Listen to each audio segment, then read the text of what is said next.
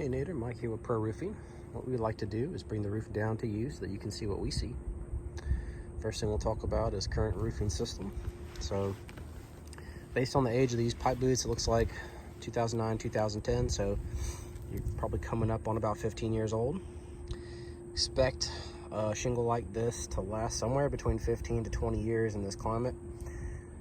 So with that in mind, I'll kind of show you some of the things that I've identified while I'm up here. You got some areas of weathering, particularly on hip and ridge. So this is areas where it takes the highest amount of wind, takes the highest amount of weathering.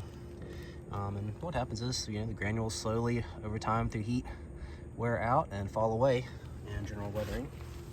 Examples of this on the shingle look kind of like this. You can see that fiberglass matting becoming exposed. So your shingle is made up of a couple layers. It's got tar, fiberglass, tar, and granules. The granules are what protect it from UV. So once the granules fall away, you're subject to UV damage, and that's when the roof starts to degenerate. And the primary concern, or cause for that, is going to be hot weather.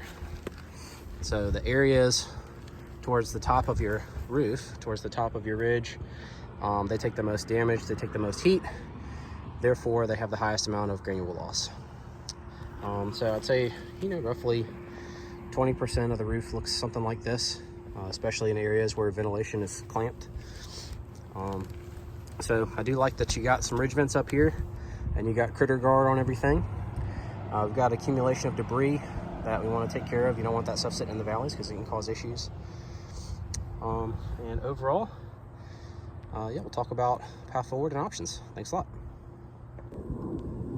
If you guys aren't quite ready for a replacement, we can put on a repair collar, and it's going to buy you some extra time out of these pipe boots. They're starting to show signs of dry rotting, and they're recessing, sort of inverting.